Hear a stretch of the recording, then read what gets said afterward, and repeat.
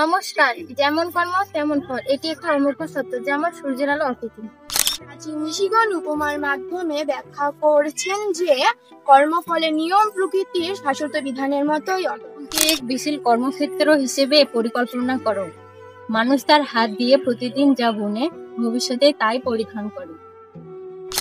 গীতায় বলা হয়েছে কর্মণ্যবাদী কারেস্তে মা ফলেষু কদাচান, অর্থাৎ অর্থাৎ কর্ম করাই তোমার অধিকার, ফল কখনোই নয়। কিন্তু এই কর্মের ফল অবশ্যম্ভাবী, যেমন বীজ বপন করলে অঙ্কুরোদ্গম হবেই। প্রাচীন উপমায় বলা হয় পাপপূর্ণ দুই ভাই একই গাছে বাস করে, পাপের ফল তিক্ত, পুণ্যের ফল মিষ্টি।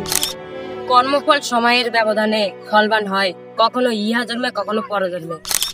যেমন নদী তার উৎস থেকে সাগরে মিলিত হয়, তেমনি জীবনের সমস্ত কর্মফলের দিকে চূড়ান্ত ভাবে পরের দিকে ধাবিত হয়।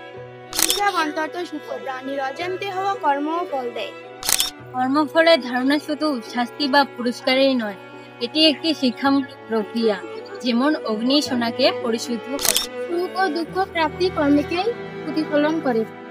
কিন্তু সনাতন ধর্মে উচ্চতম দর্শন বলে যে জ্ঞানী কর্মকে অতিক্রম করে সে মুক্ত হয়।